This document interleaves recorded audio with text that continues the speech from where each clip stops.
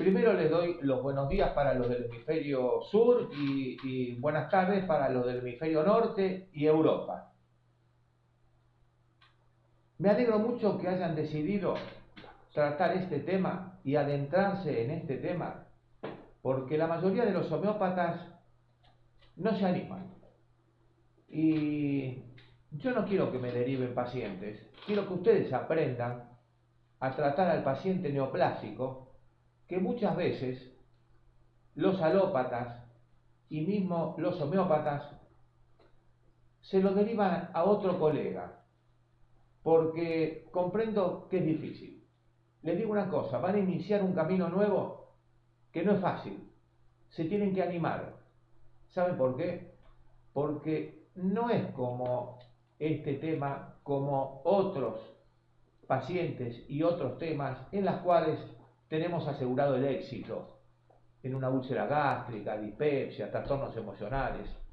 Acá vamos a tener que resolver un poco el problema nuestro de cada uno, porque nos vamos a enfrentar con una enfermedad por la cual consultan los pacientes, la mayoría, en estados muy graves. El paciente viene al homeópata en general cuando está muy grave, que no tuvo solución con la alopatía ni con la quimioterapia, y se nos torna complicado. Y la mayoría de los pacientes van al óbito. Entonces van a tener que animarse a tratar a los pacientes que van al óbito y a la familia también. Pero van a tener, por otra parte, una recompensa. La recompensa de poder ver curado a un paciente que estaba irremediablemente perdido a morir. Entonces, desde este punto de vista se tienen que animar, no perder las esperanzas, y yo siempre voy a estar atrás de ustedes para darles una mano, para ayudarlos si tienen dificultades en este tratamiento con estos pacientes.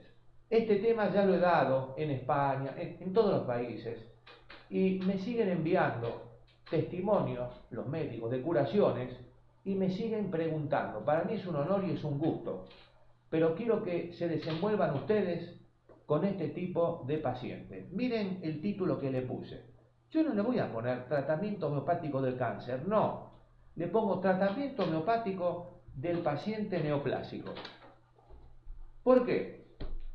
Porque nosotros, como homeópatas, tenemos otra concepción que la alopática. Para el homeópata, el cáncer es un síntoma o signo, depende de lo que el paciente diga o de lo que el médico ve, no es una enfermedad.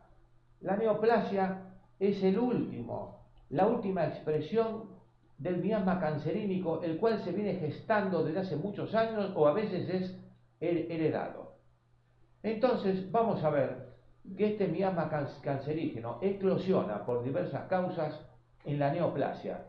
Entonces, desde este punto de vista, lo vamos a considerar como un síntoma más. Y la dificultad en el homeópata está en encontrar los síntomas y signos que el paciente tiene y que el médico encuentra y que los análisis informan al lenguaje del repertorio para poder encontrar un medicamento como los antiguos se encontraban y se producía la curación. Porque el repertorio está hecho en base a una lengua un poco arcaica, obsoleta. Pero yo me he encargado de hace muchos años en actualizar estos términos antiguos. Yo les dije que en la concepción homeopática el cáncer es un síntoma o es un signo. Entonces vamos a ver que el sórico hay metástasis tardíamente y van a ver estas mujeres con un nódulo de mama que es neoplásico y que la mujer refiere que hace muchos años que lo tiene el nódulo, 5 años o 6, y que ahora como le empezó a doler o a crecer, se sometió a un estudio, el cual da una neoplasia, y a la mujer la operan, le hacen la cuadrantectomía o la mastectomía, y el ganglio centinela no da metástasis, es el terreno sórico. En cambio, en el psicótico vamos a ver que hay metástasis tempranamente, y lamentablemente en esa mujer que le apareció un nodulito pequeño, como vi, por ejemplo, antes de ayer, una chica joven que se venía haciendo mamografías todos los años y hacía 7 u 8 meses que se había hecho la última y aparece un nódulo, se lo encontró mientras se bañaba, el cual le creció en forma rápida en una semana y resultó una neoplasia con metástasis en los ganglios de la axila. Este es el terreno psicótico. En el terreno psicótico, la neoplasia crece en forma rápida y la metástasis es temprana. En cambio, en el sifilítico hay ulceración y hemorragia precoz. Son los cánceres de colon que el paciente se salva porque hay una hemorragia, una enterorragia precoz, lo operan, no tiene metástasis y se salvó. Bajo estos tres puntos de vista, sabemos que el miasma cancerínico está compuesto por los tres miasmas básicos donde predomina uno de ellos, y esto coincide con la clínica. El cancerinismo es el quinto miasma o enfermedad crónica homeopática. Hahnemann no la conocía. Hay médicos que no concuerdan con esto. La práctica clínica dice que sí. Y mi definición es esta. Es el resultado de la forma de reaccionar ante una noxa, que pueden ser emocionales, químicas, virósicas, etcétera, determinado por las condiciones genéticas que el paciente posea y que concluye con la proliferación anárquica celular, neoplasia, con invasión progresiva y muerte por reemplazo tisular estructural. La neoplasia mata por reemplazo celular, no mata por exotoxinas u otra cosa. La neoplasia progresa, invade el tejido donde está la neoplasia o la metástasis y el paciente muere por reemplazo tisular estructural. Cuando el tejido neoplásico invade la mayoría del tejido noble, hígado, cerebro, riñón, el paciente fallece. Vamos a, como médicos tenemos que actualizarnos un poco en la etiopatogenia de la neoplasia y le voy a dar brevemente las últimas conclusiones. La neoplasia ocurre por mutación del ADN que lleva a la reproducción anárquica. Virus, sustancias químicas, tabaquismo, radiación, etcétera, etcétera. Inclusive náuseas emocionales como son las penas. La mutación es cualquier cambio en la secuencia de nucleótidos del ADN. Dicha mutación afecta a la secuencia del ADN y en este caso se llama mutación génica. Cuando la mutación afecta a uno o varios cromosomas, se denomina mutación cromosómica. Aquí tiene el ejemplo de esta tortuga doble, por mutación cromosómica. Cuando la mutación afecta al número de cromosomas, se llama mutación genómica, por ejemplo, el síndrome de Down. Existen dos tipos de genes que nos protegen de las neoplasias. Tenemos genes que nos protegen de las neoplasias. Todos hacemos una o varias neoplasias a través de nuestras vidas. Siempre. Lo que ocurre es que los genes y los sistemas inmunológicos, los linfocitos T y otros, reconocen al invasor y lo destruyen. Estos genes que nos protegen de las neoplasias se llaman genes reguladores y ellos son, uno, los protooncogenes y segundo, los genes que suprimen los tumores.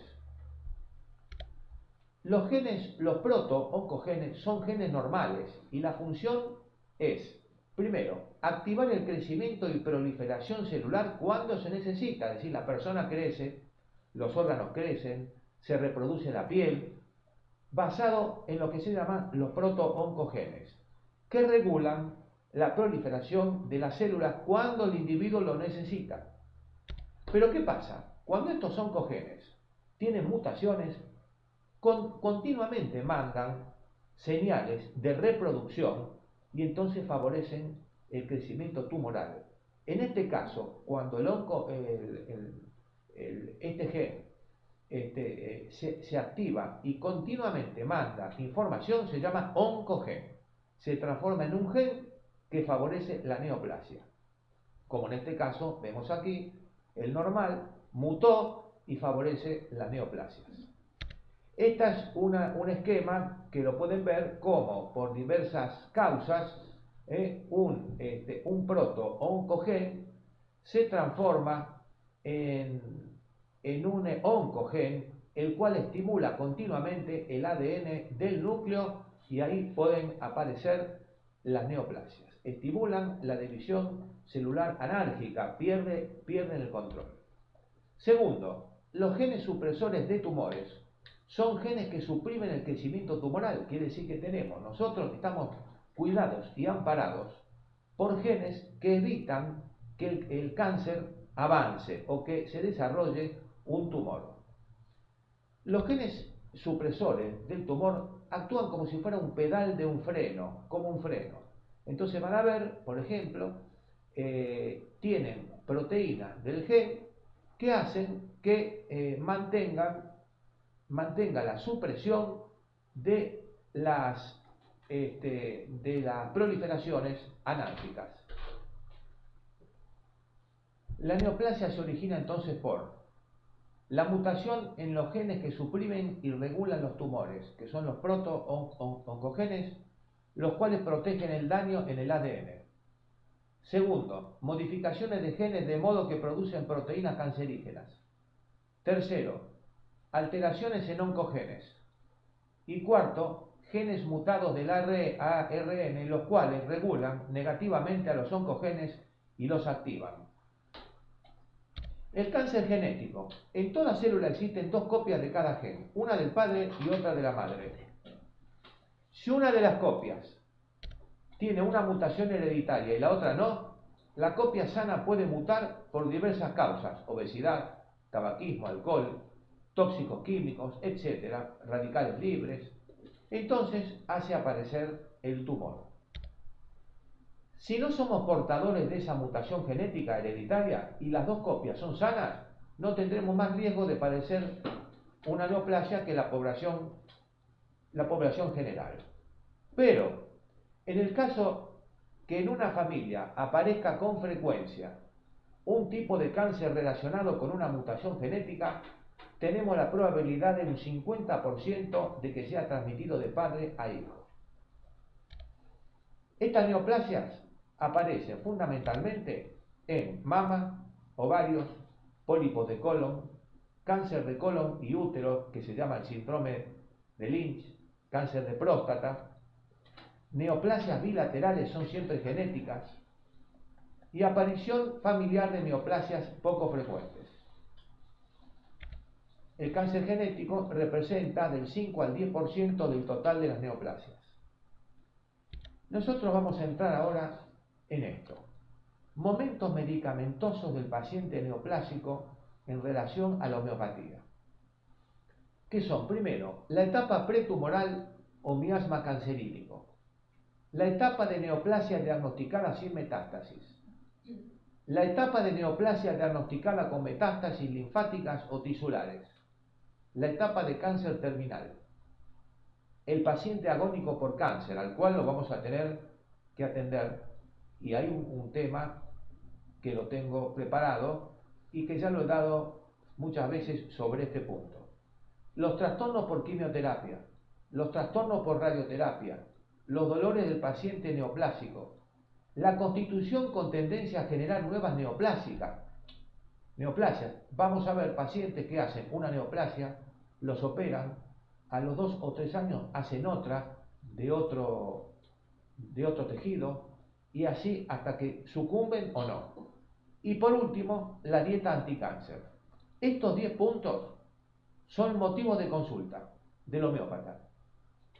Y son temas, nosotros vamos a ver nada más que el punto 2 y el punto 3, por cuestiones de tiempo.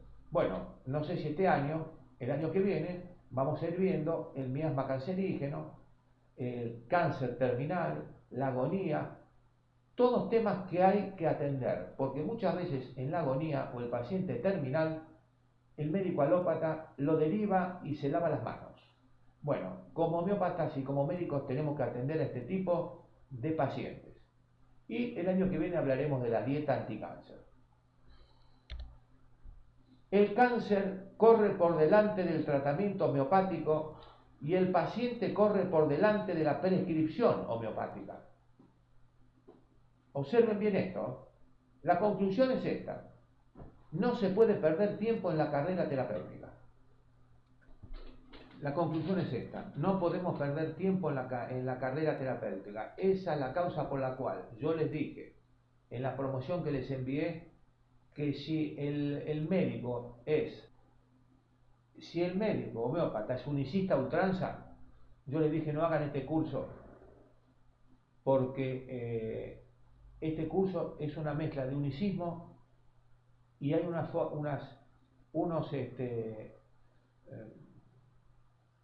protocolos que yo he hecho que tienen varios medicamentos.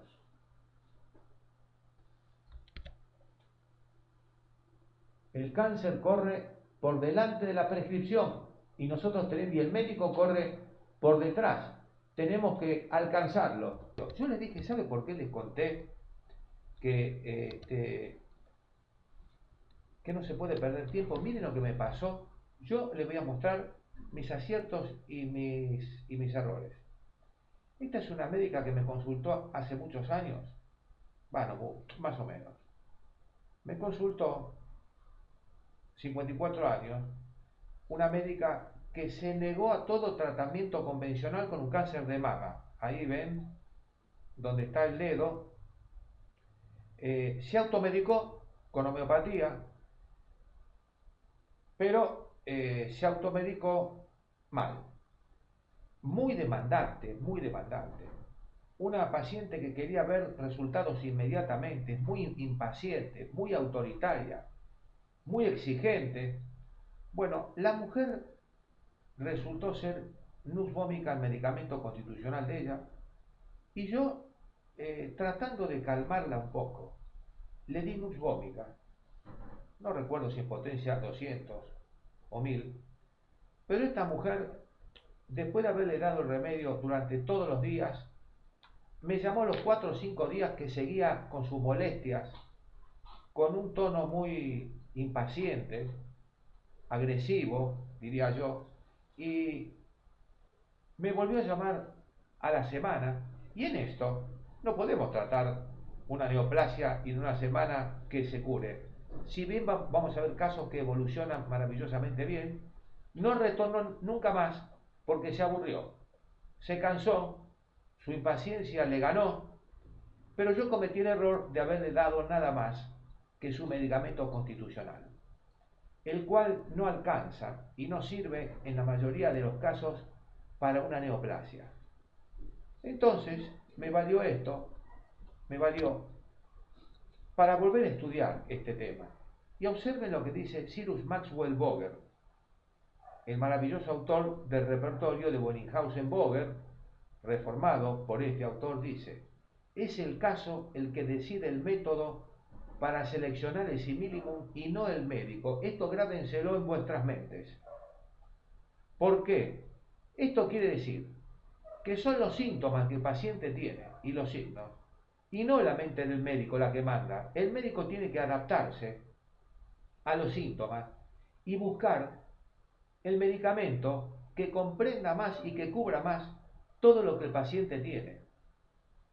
Es decir, las cosas son como son y no como uno quiere. Y el error del ser humano consiste, sobre todo del médico, en querer adaptar la naturaleza a su mente y no la mente a la naturaleza.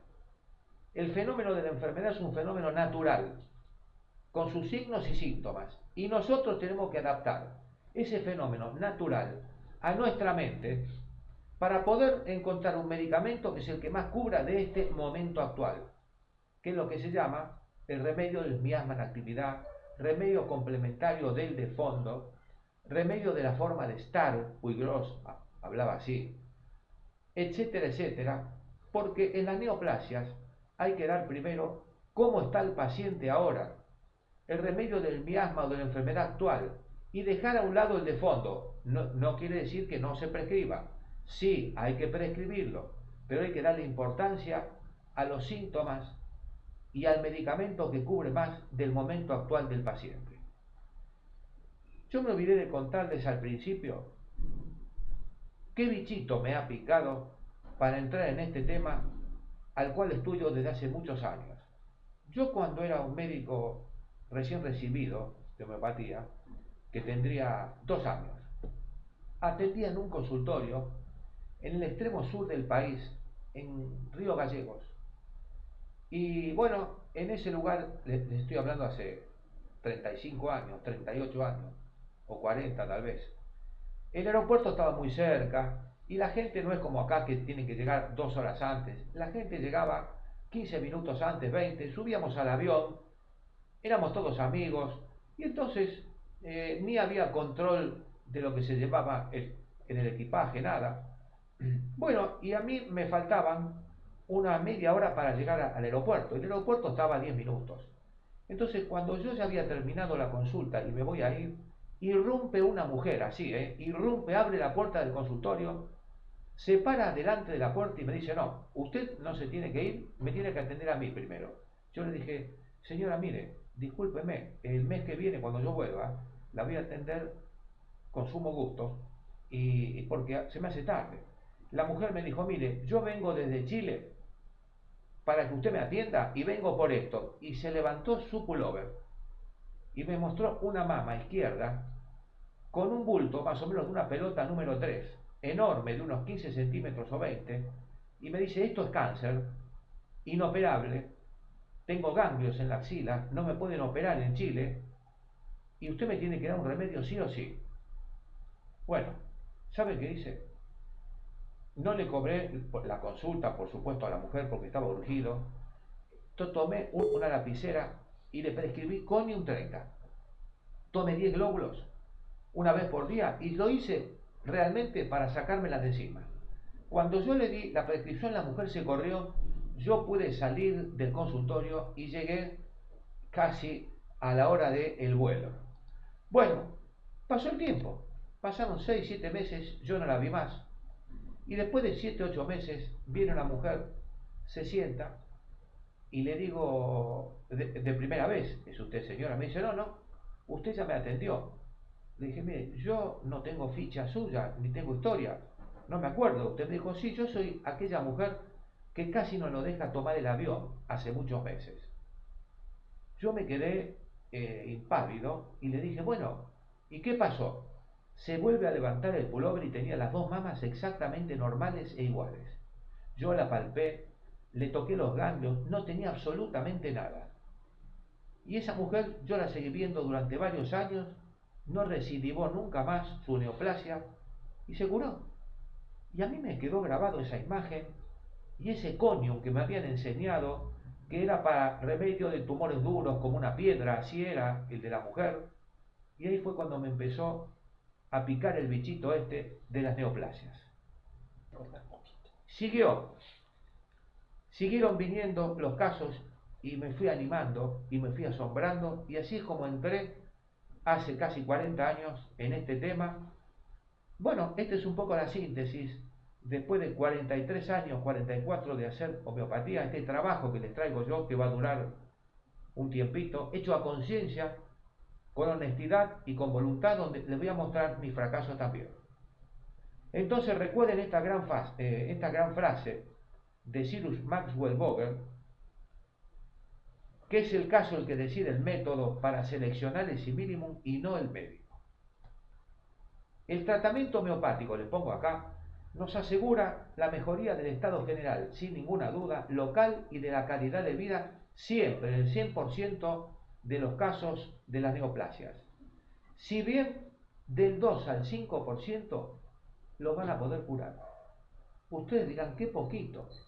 Yo les aseguro que cuando del 2 al 5% les toca un caso de alguien que ustedes quieren, o después de varios años de caminar por la calle y ver a un paciente que estaba condenado al óbito, verlo, que lo curaron, aunque sea de cada 100, 5, es una de las satisfacciones más grandes que puede tener un homeópata y un médico. Saben que las estadísticas de curaciones de neoplasias por quimioterapia son de apenas 2 a 3%. no estamos tan mal. La quimioterapia y la radioterapia solamente curan del 2 al 3 al 5% de los casos que vemos. Entonces, no estamos tan lejos. Por eso yo les digo que este camino que van a emprender no es fácil. Lleva a veces a las angustias, porque se nos van a morir pacientes que los venimos tratando desde hace años. Pero bueno, la familia les va a agradecer la calidad de vida que le han dado a ese paciente. Arthur Grimmer, famoso médico homeópata, sobre todo que se dedicaba a cáncer, en Estados Unidos, en Chicago, dice que él curaba el 25% de los pacientes neoplásicos. Pero Arthur Grimmer tenía un pequeño manómetro. Yo recuerdo que el doctor Izayaga y el doctor Puigros me contaban que Arthur Grimmer cobraba $20, se lo tenían que mandar en una carta. En esa época el dinero en carta se podía enviar. Y entonces con una gota de orina y una gota de sangre del paciente, y muchas veces él le mandaba decir a qué medicamento correspondía, y acertaban la mayoría de las veces. Me lo contaron mis maestros. Bueno, Arthur Grimmer nunca escribió un libro, pero sí muchos trabajos. Hubo un alumno de él, un médico, que recopiló todos los trabajos e hizo un libro muy grande de Arthur Grimmer, del cual yo he sacado un extracto de los principales remedios y sus indicaciones en los casos de las neoplasias, y los vamos a estudiar y los vamos a ver, y van a ver que es una maravilla. Remedios a veces poco usados, pero que lo van a poder conseguir sin inconveniente. Decía así Arthur Grimmer, el 25% de los casos de cáncer pueden ser curados con tratamiento homeopático. El 75% restante van a tener una mejor sobrevida y calidad de la misma al vivir sin dolores. Pedido que hacen los parientes de los pacientes que ya están con estadios de cánceres muy avanzados, vienen para que el paciente tenga una calidad de vida, que termine sus días con ellos en su hogar y no lleno de tubos y en una terapia intensiva donde le entregan el cadáver a lo último de todo. Esto es verdad y lo van a conseguir. Por supuesto que vamos a ver más adelante, mucho más adelante, el tema, cómo se trata el paciente de cáncer incurable, que los hay. El tratamiento homeopático puede ser efectuado concomitantemente con cualquier otro tratamiento alopático de otra índole, radioterapia, quimioterapia, lo que ustedes quieran, corticoides. ¿Por qué? Porque el tratamiento homeopático actúa en otra esfera. Recuerden que estamos actuando con un mecanismo de transmisión de un mensaje electromagnético, así es como actúa la homeopatía. En los glóbulos, en las gotas, en lo que fuere, hay un mensaje electromagnético que es captado por receptores electromagnéticos del organismo y vuelven a reorganizar todos los campos electromagnéticos desorganizados que promueven la enfermedad. Esto ya fue descubierto en el 2011 por el mismo médico que descubrió el virus del SIDA. Lo van a poder leer por internet y es interesantísimo este trabajo. Así es como actúa la homeopatía, pero es otro tema. Es muy difícil y casi, le digo casi porque a veces se han visto casos curados, casi de incurabilidad, la aparición de metástasis. Es de buen pronóstico homeopático la localización del tumor sin metástasis. Pero recuerden esto, para curar un paciente neoplásico, la primera oportunidad es la cirugía. Ya lo decía mi maestro Puigros. ¿Por qué? Porque todos los anticuerpos contra las neoplasias que producen el organismo son chupados, son absorbidos, quedan en la superficie, en la parte externa del tumor, y el organismo no puede luchar. Entonces, la extracción quirúrgica, cuando se puede y no es una extracción quirúrgica sabiendo que no va a resultar, es la primera oportunidad que el paciente tiene. Pero después tiene que ser tratado por el homeópata como si el paciente aún tuviera el tumor. ¿Por qué? Porque tienen que tratar el miasma o enfermedad cancerínica que derivó en ese tumor. Si no, ese paciente va a tener muchas probabilidades, o no, de que vuelva a tener otro tumor, sobre todo si es psicótico. Es lo que les expliqué antes. La oportunidad quirúrgica es la primera y más importante manera de asegurar la supervivencia del paciente neoplásico. De todo el órgano, para mí, el parágrafo más importante es el número 1. La primera y única misión del médico es curar. Si ustedes tienen que dar un remedio, 2, 3, 4 o 5, que no les tiemble la mano, porque lo primero que tienen que respetar es el primer parágrafo del órgano. Primero tienen que curar y después pensar en toda la teoría y la filosofía homeopática. Dejen la ortodoxia a un lado, traten de hacerla si pueden, pero si no pueden, curen al enfermo. Después de todo, ¿qué es la ortodoxia homeopática? Si Hahnemann no publicó en la quinta edición el parágrafo 274 bis, porque lo obligaron a no hacerlo, donde él escribía que se podían dar 2 medicamentos juntos y que funcionaba muy bien. Esto es otro tema. En la quinta edición ya pensaba así, pero sus discípulos se lo prohibieron, porque si no los homeópatas franceses se iban a agarrar de esto y iban a hacer una polifarmacia homeopática. Es muy infrecuente, pero no es imposible, que el tratamiento sea realizado con un solo medicamento homeopático. Van a haber casos donde existe esto y otros casos que no. Yo les voy a presentar de todo.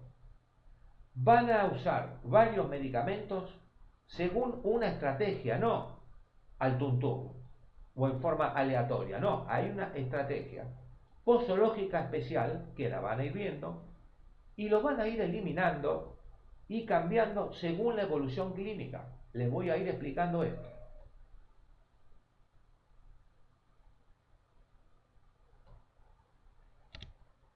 Ahora, desde el punto de vista del diagnóstico medicamentoso homeopático, el diagnóstico precoz de la neoplasia, debido a la ausencia de síntomas, es inversamente proporcional a las probabilidades de hallar el tratamiento correcto. No así para la sobrevida del paciente, ya que el diagnóstico precoz le asegura una mejor oportunidad quirúrgica, radioterapéutica o quimioterapéutica. ¿Qué quiere decir esto? Que nosotros, cuando el paciente se diagnostica en forma precoz, a veces ni tiene síntomas. Y si no tenemos síntomas, estamos atados de pies y manos, no podemos prescribir. Sin embargo, hay una estrategia para esto. En homeopatía no es lo más importante saber qué medicamento posee un síntoma. No me interesa saber qué medicamento, qué síntoma tiene el remedio, sino saber traducir al lenguaje repertorial lo que el paciente dice y lo que el médico ve y encuentra.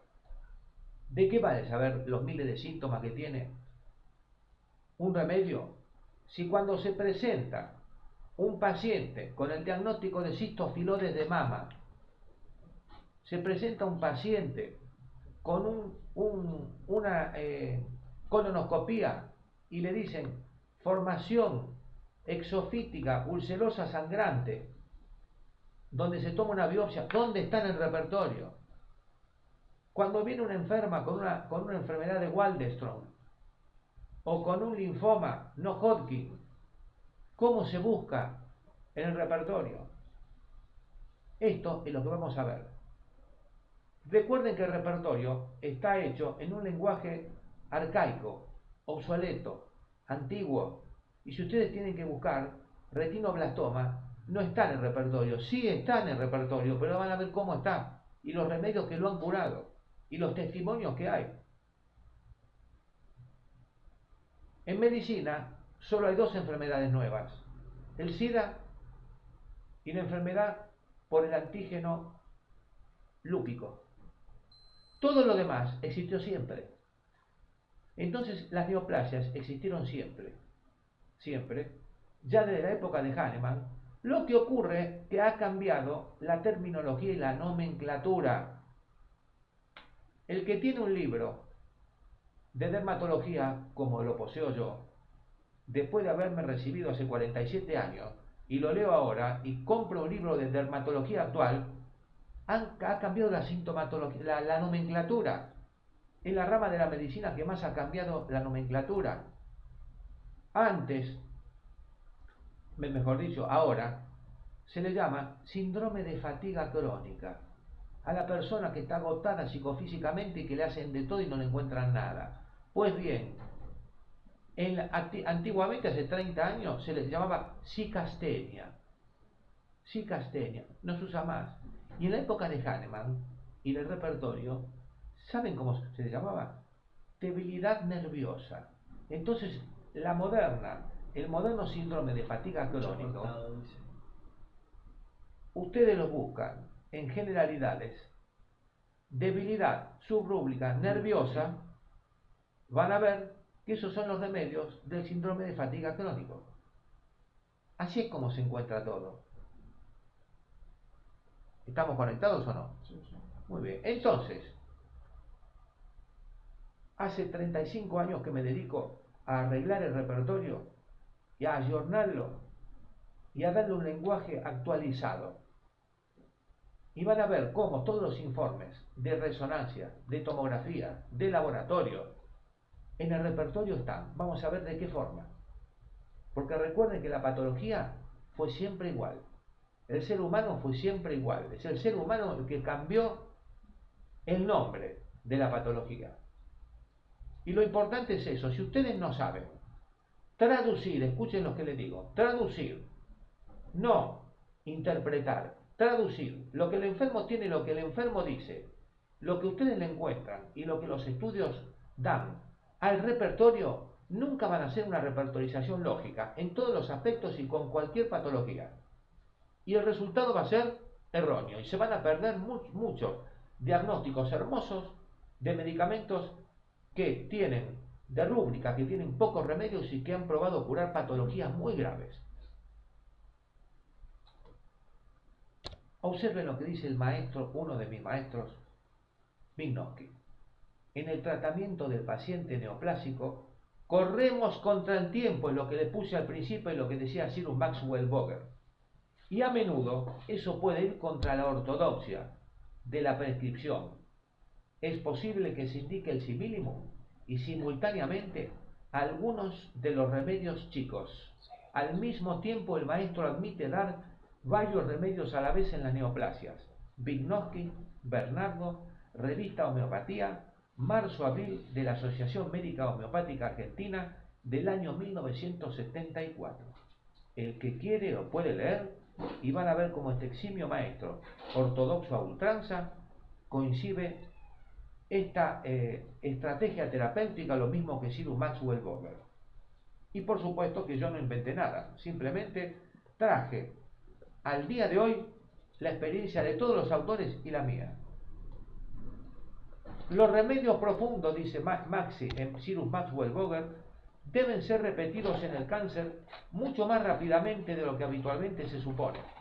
Hay que correr delante del cáncer, por ello no hay que aguardar a la reaparición de síntomas para repetir el medicamento.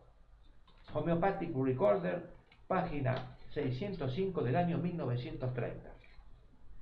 ¿Quieren más? Por favor, vayan a leer y por favor háganlo. El parágrafo 169, 170 y 171, que no se enseña en las escuelas. ¿Y saben por qué no se enseña en las escuelas?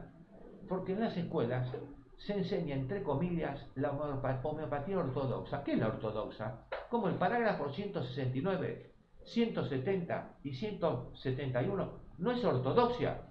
¿Saben lo que dice Hahnemann? En la mayoría de las enfermedades crónicas, el paciente no se cura con un solo remedio. Hay que dar varios, escuchen bien, varios, 2, 3, 4, 5, de a uno por vez. Primero el que cubre más, después el que sigue cubriendo y así sucesivamente hasta la cura total del paciente. Esto, yo les aseguro, ocurre en el 95% de los pacientes. Es muy infrecuente encontrar un solo medicamento que cure totalmente al paciente y que le cubra la totalidad de los síntomas. Eso ocurre, no le digo que no ocurre, sí ocurre. Ocurre en niños, en gente que es monomiasmático, que tienen un sintomita solo, pero cuando ustedes se encuentran con 4, 5, 6, 10 motivos de consulta, muchas veces, la mayoría, con un solo remedio no lo pueden curar. Y en el cáncer ocurre lo mismo. Yo les traigo las opiniones de maestros para que observen y escuchen que yo lo único que hice es poner al día las distintas opiniones. Lo que ocurre que, entre comillas, las escuelas que dicen ser ortodoxas parece que leen nada más que lo que le conviene y lo que no le conviene a la ortodoxa, que interpretan ellos, no lo dicen, pero la verdad para curar a un paciente hay que hacer esto que yo les digo. Entonces, nosotros vamos a ver el tratamiento del paciente neoplásico según el momento lesional en que se encuentra. Primero, tratamiento del tumor según esté en estado inicial localizado o un estadio de inoperabilidad, porque a veces hay tumores que son inoperables, por ejemplo los del encéfalo, a veces los cánceres de páncreas que están adheridos a la cama inferior y no los pueden operar. El estadio de poscirugía, el paciente se operó y ¿qué van a decir? ¿Se curó? No, lo tienen que tratar porque puede haber metástasis tardías que reaparecen. O el paciente después de la radioterapia viene a la consulta o después de la quimioterapia. Otra cosa es el estadio muy avanzado, número 2, o terminal. Hay que ayudarlo al paciente a los últimos momentos de su vida. 3. El tratamiento de los trastornos de la quimioterapia y o radioterapia. Les voy a mostrar cuando demos quimioterapia y radioterapia, gente que viene nada más para poder ser tratados, para poder terminar su tratamiento, porque les está yendo bien desde el punto de vista del tratamiento, pero no de la tolerancia. Niños y adultos que vienen nada más que para esto. 4. Tratamiento del dolor de cáncer. A veces ni los opiáceos ni más intensos pueden llegar a mitigar el dolor de cáncer. 5. Tratamiento de los síntomas de intoxicación por las sustancias frenadoras del crecimiento tumoral, tamoxifeno, interferón, antihormonas masculinas, etc. A veces no se pueden tolerar y le tenemos que dar un medicamento homeopático basado en una estrategia que ya se las voy a mencionar cuando demos este tema. 6. Tratamiento de la diátesis cancerígena. Son los pacientes que repiten las neoplasias en el mismo o distinto parénquima y no terminan de hacer neoplasias. He visto pacientes con 3 y 4 neoplasias a través del tiempo. Tenemos que destruir ese programa genético que el paciente tiene. Y con homeopatía se puede. Se puede, con otra terapéutica no se puede. Entonces, vamos al estadio número 1. Paciente con la neoplasia localizada, que no tiene metástasis, que ya lo trataron o que el paciente hizo quimioterapia o radioterapia o después de la cirugía y no sabemos si tiene metástasis o no, o puede ser inoperable. Entonces, la terapéutica para estos casos, miren, el paciente tiene su neoplasia, vino después de la radioterapia, viene a la consulta después de la cirugía, o puede tener metástasis y no sabemos porque los marcadores no siempre dan metástasis, o es inoperable. Ustedes tienen que empezar así. Primero, buscar el medicamento constitucional o de fondo. Si da el tiempo, y el paciente da, porque a veces el paciente está sufriendo mucho y tiene mucho dolor y no se puede hacer. Segundo, la expresión de la expresión miasmática en actividad que es la neoplasia. Recuerden que el término miasma quiere decir enfermedad.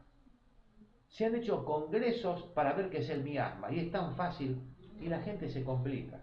El miasma es la enfermedad, la neoplasia. 3.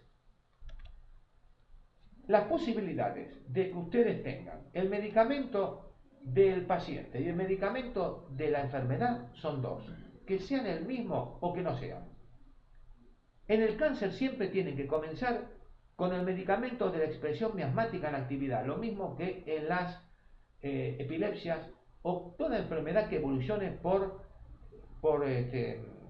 accesos. El asma inclusive también. Siempre empezar con el remedio de la expresión miasmática en actividad. Tener el de fondo después para una vez curada esta expresión que no vuelva el miasma o enfermedad en actividad. Si el momento lesional lo permite, el medicamento constitucional debe ser prescrito siempre, diariamente y durante todo el tratamiento, separado de cualquier otro esquema terapéutico homeopático. Siempre hay que darlo. Siéntense, busquen el remedio constitucional, porque ayuda mucho al sistema inmunológico. El medicamento de la expresión miasmática en actividad se halla considerando la siguiente guía de sistematización semiológica. Bueno, esto lo vamos a dejar para la segunda clase. Les voy a explicar la sistematización de cómo se encuentra el miasma en actividad. Recuerden que Hahnemann dio la teoría de los miasmas, pero no dijo en ningún lado del repertorio cómo se busca el remedio del miasma en actividad. Ni prácticamente nadie. Yo les voy a decir cómo se busca la expresión del medicamento, la expresión miasmática, el remedio de la expresión miasmática en actividad. Esto van a recibir a partir del día lunes o martes toda la clase entera en internet, la van a ver otra vez. El sábado a las 12 les voy a pasar lo que sigue grabado. Me pueden hacer las preguntas que ustedes quieran por internet o ahora y les pido mil perdones, miren, porque si hay alguien que se molesta cuando hay una interrupción en el curso, soy yo. No estoy acostumbrado a esto, pero bueno, la tecnología manda. Les agradezco infinitamente vuestra presencia. Siempre digo lo mismo, sin ustedes no sería nada, no podría dar estos cursos. Y el sábado nos volvemos a encontrar.